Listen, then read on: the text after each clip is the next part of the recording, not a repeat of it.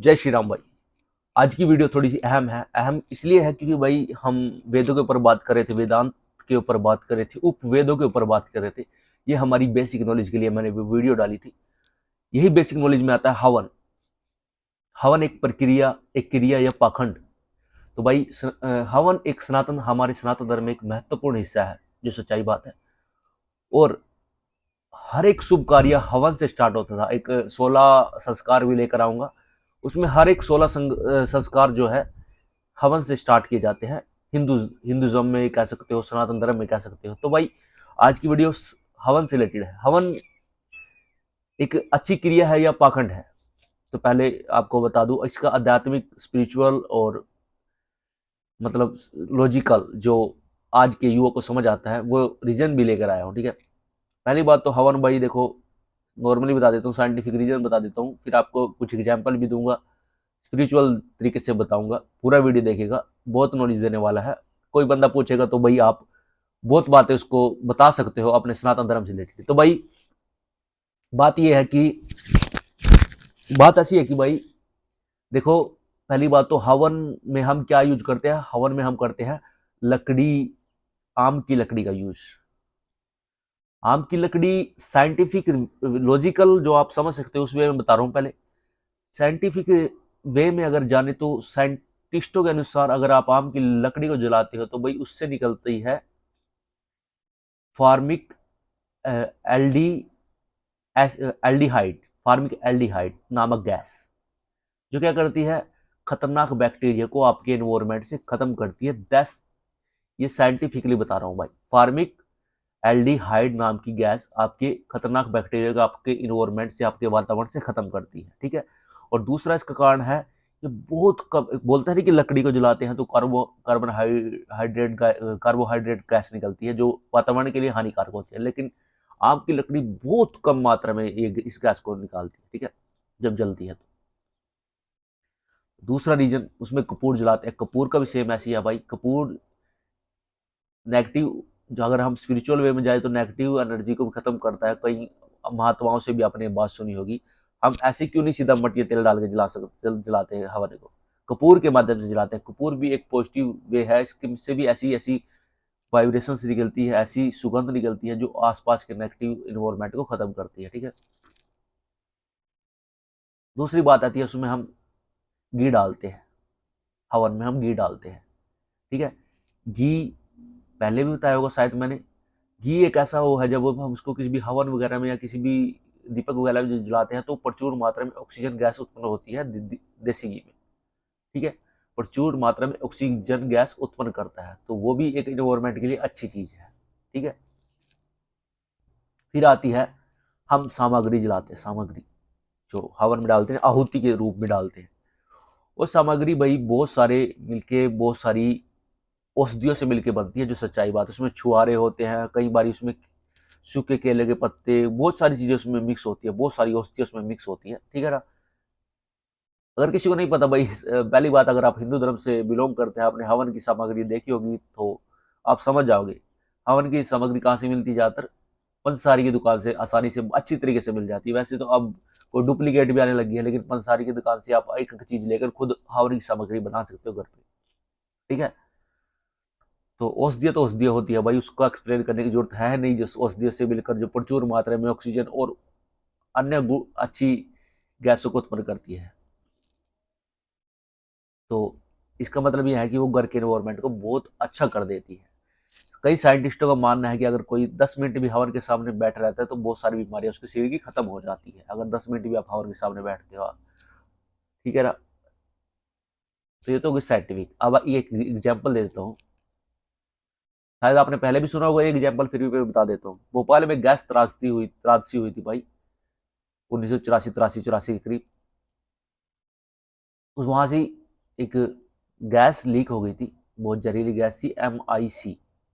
ठीक है, MIC gas leak हो गई थी, जो मतलब बहुत जहरीली गैस थी, और टैंक से लीक हो गई थी। वहाँ बड़ा तगड़ा टैंक का एक फैक्ट्री लगी हुई थी, वहाँ पे पहले भी नोटिस वगैरह दिए गए थे बहुत ज़्यादा, लेकिन फिर भी वहाँ पे कोई एक्शन नहीं लिया गया सरकार के। वो तो चलो अलग पॉलिटिक्स की बात होगी।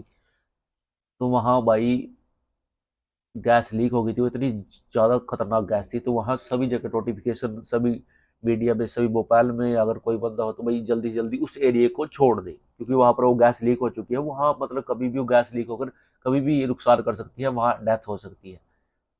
तो वहाँ एक के एस कुशवाहा जी टीचर थे जो प्रोफेसर से, वो रहते थे। उन्होंने देखा कि भाई बाहर तो अगर अफरा तफरी मच गई है, तो बाहर साधन उस समय साधन नहीं हुआ करते थे इतने, 83-84 करीब, कोई कोई कारें मोटरसाइकिल, कहाँ साइकिल होते होते थे उस समय, साइकिल भी किसी किसी के पास होते थे। तो सभी अफरा तफरी में भाग रहे हैं उस एरिया को छोड़ छोड़ के। तो भाई बंदा अपने बच्चों को लेकर, अपने घर वालों को लेकर कहाँ भागे? केएस कुशवाहा। उस समय क्या होता था कि भाई सामग्री घर पे, सामग्री हवन सामग्री, हवन की सारी चीजें उपलब्ध होती थी, ठीक है ना, घर पे उपलब्ध होती थी हवन की सामग्री, ठीक है। तो वही अंत में क्या आता था भगवान को उनकी, क्योंकि उन्होंने यार घर में अपने बच्चों की अपनी आंखों में जलन देखी, स्किन पे एलर्जी देखी, तो उन्हें लगा भाई कुछ बड़ी प्रॉब्लम है ज्यादा। तो उन्होंने देखा कि बाहर भी भगदड़ बिछी हुई है, तो उन्होंने पता लगा कि भाई ऐसे कुछ गैस लीक हो गई है MIC नाम से, और बहुत जहरीली है, तो जितनी जल्दी हो सके इस क्षेत्र को छोड़ दे। तो भाई उस बंदे ने सारी रात हवन किया घर में। और ये भाई मतलब ये उस समय की त्रासदी में लिखित है, तो अगर आप सर्च कर सकते हो यूट्यूब के माध्यम से, अन्य सोशल मीडिया के माध्यम से। तो बंदे ने सारा हवन किया और 1% उनकी फैमिली में नुकसान नहीं हुआ उनको। और एक रेलवे स्टेशन के पास एक बंदे ने हवन किया, तो 2 फैमिलियां थी जिन्होंने एग्जाम्पल दिया, बाकी किसी ने किया हो पता नहीं, लेकिन जो हाईलाइट हुए हैं, जिन्होंने बंदों ने अपनी अपनी बातें शेयर की है, उन्होंने ये चीज किया था। और वहां पर 1% भी इस गैस का कोई असर नहीं हुआ, क्योंकि मैंने अभी साइंटिफिक रीजन आपको बता दिया, साइंटिफिक रीजन बता रहा हूँ फिलहाल। तो साइंटिफिक रीजन बता दिया कि प्रचुर मात्रा में ऑक्सीजन उत्पन्न होती है, ऐसी ऐसी गैसें उत्पन्न होती है जो आसपास के खतरनाक जीवाणुओं को मारती है, अन्य गैसों की कमी को पूर्ण करके ऑक्सीजन की मात्रा को प्रचुर मात्रा में बढ़ाती है, ठीक है भाई। और फिर नेक्स्ट ईयर ही 84-85 में वहां पर एक बैरी क्लिंटन नाम से कोई एक साइंटिस्ट आए थे, उन्होंने भी अपनी बुक में उसको मेंशन किया हुआ कि किस तरह वहां पर हवन वगैरह भी मेंशन है, वहां पर किस तरह त्रासदी हुई थी गैस की, और वहां पर किस तरह हवन ने वहां पर कार्य किया था, वो भी उसकी बुक में भी मेंशन है। तो ये बात होगी एग्जाम्पल की। तो स्पिरिचुअल बात आ गई भाई। तो देखो भाई, नेगेटिव पॉजिटिव एनर्जी होती है, इसमें कोई दो राय नहीं है, जिसको आप भूत प्रेत भी बोल देते हो, ठीक है ना। तो भाई कोई दो राय नहीं है उसमें, ठीक है ना।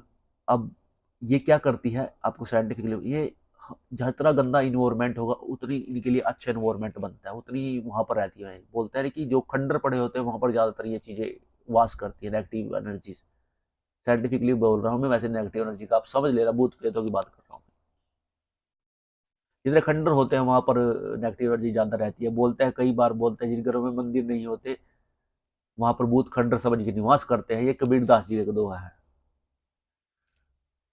तो भाई हवन और घर में दीपक जलना, ये दोनों ही एक चीज ही है। जिस घर में मंदिर होगा वहां दीपक जरूर जलेगा, और दीपक से क्या होगा, वहां पॉजिटिव एनर्जी, प्रचुर मात्रा में ऑक्सीजन और कुछ ताप भी उत्पन्न होता है, जिससे आसपास के नेगेटिव जीवाणु मरते हैं। तो वहाँ पॉजिटिव इन्वायरमेंट होता है, वहाँ ऑक्सीजन की, जहाँ पर प्रचुर मात्रा में, जहाँ का इन्वायरमेंट ही शुद्ध होगा भाई, वहाँ नेगेटिव एनर्जी क्या काम करेगी? नेगेटिव एनर्जी वहां से जल्दी से जल्दी निकलने की करेगी।